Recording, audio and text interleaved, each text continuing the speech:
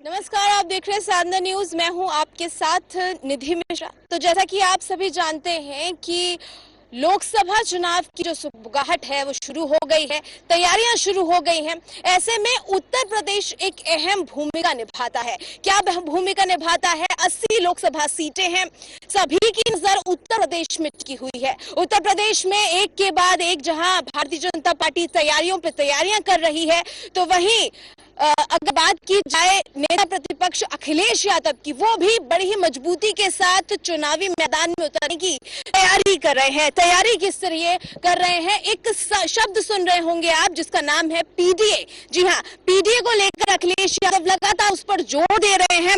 आज राजधानी लखनऊ के इंदिरा गांधी प्रतिष्ठान में एक बड़ा सम्मेलन करके एक बड़ी तस्वीर दिखाने की कोशिश की है।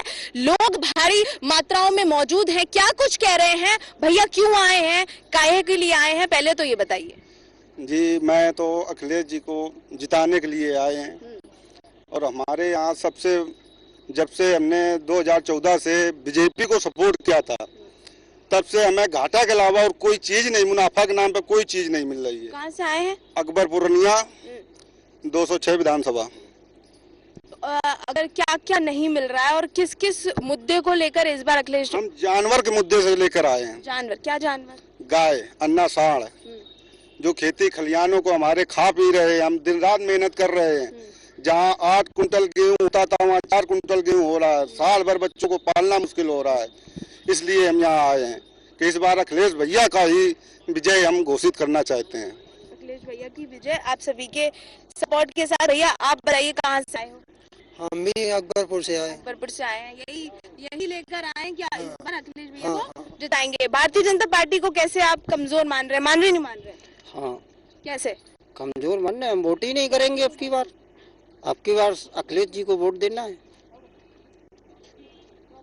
पीडीए को लेकर कितने ज्यादा मजबूती के साथ आ रहे हैं? बिल्कुल एक सम्मेलन इसलिए हो रहा है। सम्मेलन में अगर क्योंकि अभी मौजूदा मौर्य समाज की बात की आपने, अभी मौजूदा समय में अभी हमने देखा, अभी हाल ही कुछ समय पहले की बात है कि स्वामी प्रसाद मौर्य का जो जूता फेंकने वाला एक जो विवाद है वो सामने आया है। क्या कुछ कह रहे हैं? क्या किस तरह से हुआ? आपके आंखों के सामने हुआ, आपने देखा? हाँ, देखा।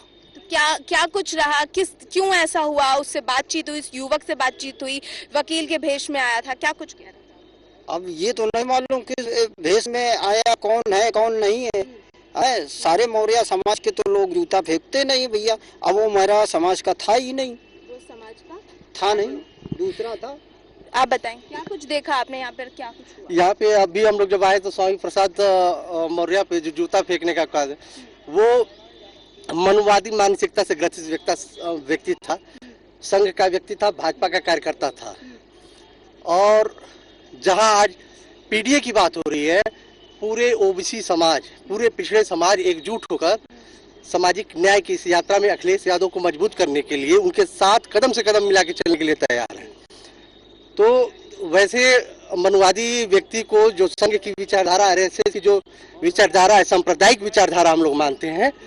और हम लोग इस समय अपने महापुरुषों को, महात्मा ज्योतिराव फूले, सावित्रीबाई फूले, बाबा साहब भीमराव अंबेडकर का जो संविधान खतरे में है, उनके संविधान को लेकर चलने का कार्य अखिलेश यादव के रूप में माननीय स्वामी प्रसाद मौर्य, जिसकी अगुवाई कर रहे हैं पूरे कुशवाहा समाज की, हम सभी लोग लामबंद हैं स्वामी प्रसाद मौर्य की तरफ से कि स्वामी प्रसाद मौर्य जो भी आदेश देंगे, हम लोग अखिलेश यादव के साथ कदम से कदम मिलाकर एकजुट हैं। भैया, पीडीए की बात की जाए, मैं आपसे पूछना चाहूंगी, पीडीए लगातार एक बड़ा मजबूती से सामने आ रहा है, आप सभी लोग सामने आ रहे हैं। अखिलेश यादव पीडीए को लेकर बहुत ज्यादा जोर भी दे रहे हैं, लेकिन भारतीय जनता पार्टी कह रही है पीडीए वीडियो कुछ नहीं, सब बेकार, फालतू। भारतीय जनता पार्टी के पास कोई मुद्दा ही नहीं है। भारतीय जनता पार्टी बस केवल जनता को गुमराह करके वोट लेना जानती है। बैकवर्ड समाज को जो है गुमराह करती है, बैकवर्ड समाज को जो है छलने का काम करती है। और बहुत ज्यादा कुछ नहीं। लगातार, क्योंकि आपने सुना होगा जब अखिलेश यादव ने पीडीए फॉर्मूले को बताया तो केशव प्रसाद मौर्य ने उसकी अलग ही परिभाषा दी कि परिवारवाद, और जिस तरह से कई सारे शब्द उन्होंने लिए। क्या उसको लेकर आप कुछ कहना चाहेंगे? केशव प्रसाद मौर्य को क्या कहा जाए? केशव प्रसाद मौर्य कठपुतली हैं। केशव प्रसाद मौर्य जो है भाजपा के इशारे पर नाचने वाले व्यक्ति हैं। केशव प्रसाद मौर्य स्टूल मंत्री हैं, आप सब लोग जानते हैं।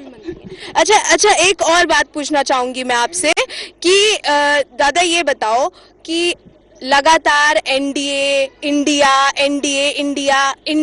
किस तरह से मजबूत है इस बार 2024 में?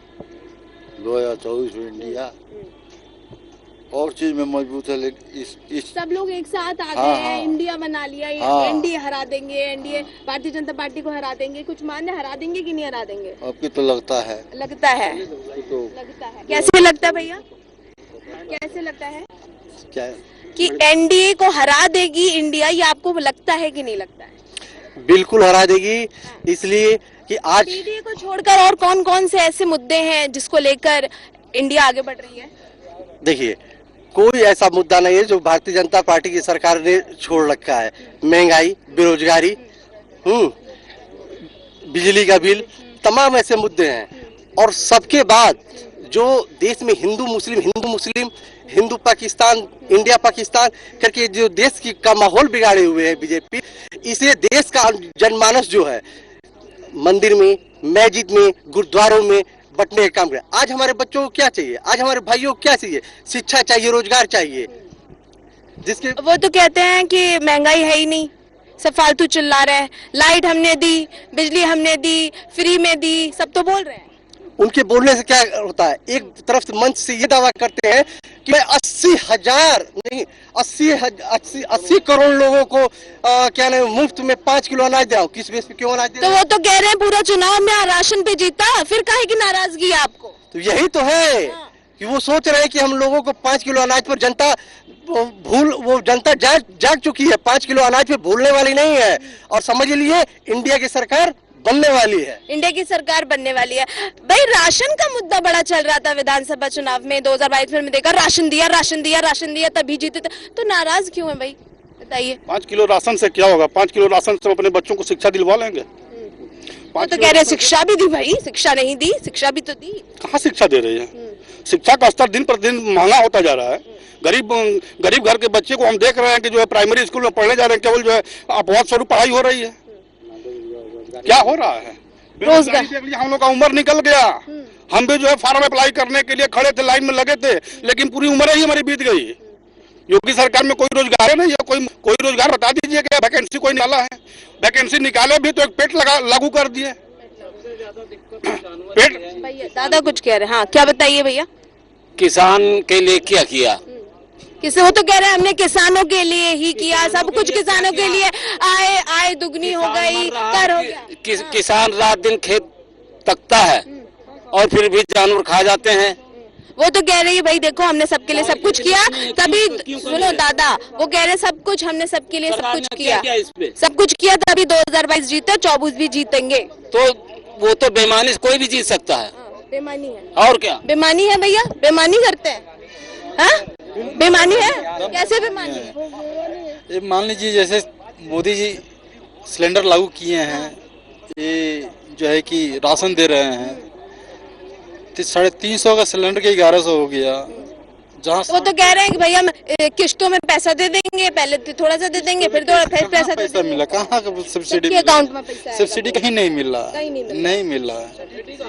सब्सिडी कहाँ मिला? जो किसी भाइयों से पूछिएगा सब्सिडी मिला है तो पैसे आएंगे, सबके खाते में पैसे आने, वो खाते में पैसे कहाँ? किसी नहीं मिला किसी को, पैसे भी नहीं मिले और ना कोई जॉब का वो ना कोई जॉब पता है। युवा सबसे बड़ा एक जो है, युवा एक सबसे बड़ा मुद्दा है। युवा रोजगार मांगता है, शिक्षा मांगता है। आप क्या कुछ नाराजगी है बीजेपी से, भारतीय जनता पार्टी से, एक युवा होने के नाते क्या कुछ मांग कर रहे हैं? इस सरकार ने, भारतीय जनता पार्टी की सरकार ने युवाओं के लिए कुछ नहीं किया, सिर्फ पकड़ाया है 2 झुंझुना।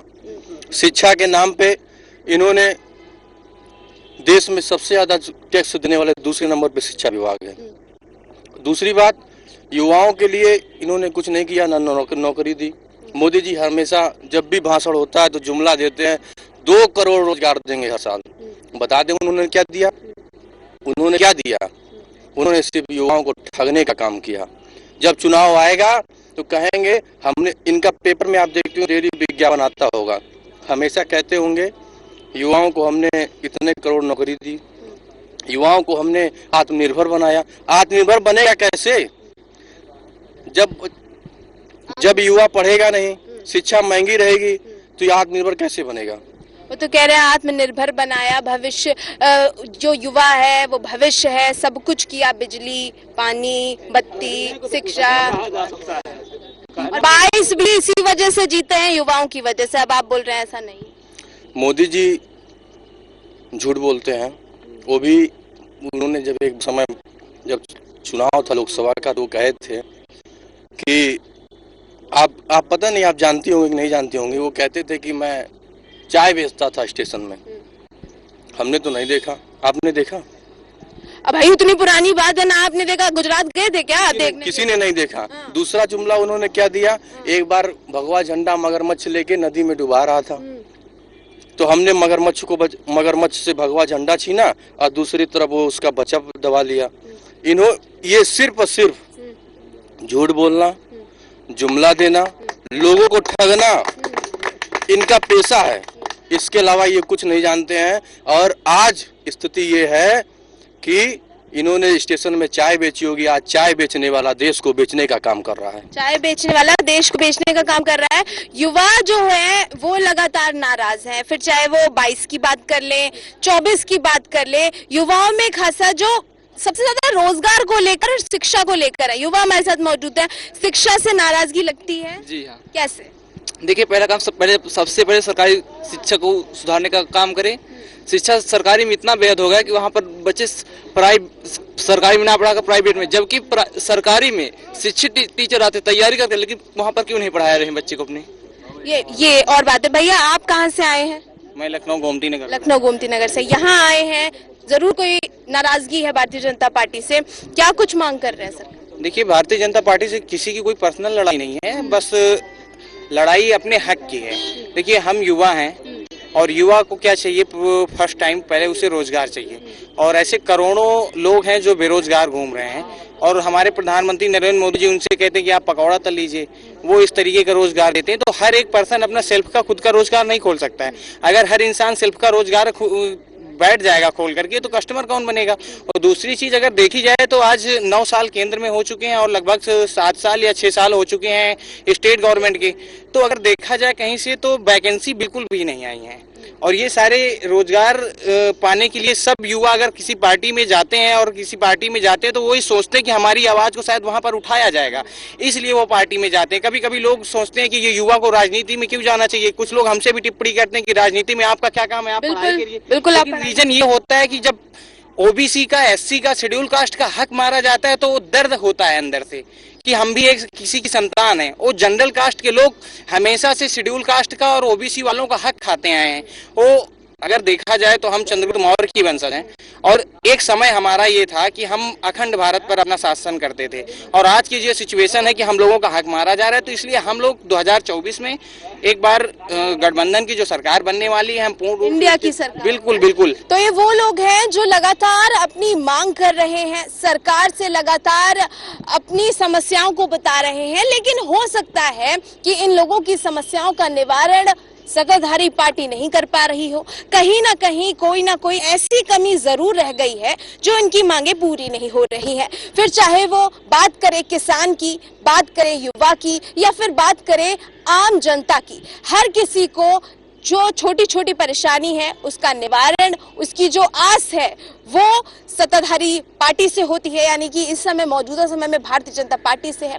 लेकिन नाराजगी को लेकर लगातार अपनी मांग उठा रहे हैं, और यहाँ पर पीडीए फॉर्मूले को लेकर अखिलेश यादव 2024 की तैयारी कर रहे हैं, और ये सब लोग समर्थन सिर्फ और सिर्फ एनडीए गठबंधन को दे रहे हैं। और उत्तर प्रदेश की बात की जाए तो अखिलेश यादव को दे रहे हैं। क्या कुछ तस्वीर होगी? 2024 की शुरुआत हो चुकी है। चुनावी दौर किस तरह से सामने आएगा वो भी वक्त के साथ पता चलेगा, और लोग क्या कुछ लगातार अपनी मांगों को मांग रहे हैं और क्या कुछ सोचकर 2024 में वोट करेंगे, वो सब आप देखेंगे सिर्फ और सिर्फ साधना न्यूज पर। मैं निधि मिश्रा, नमस्कार।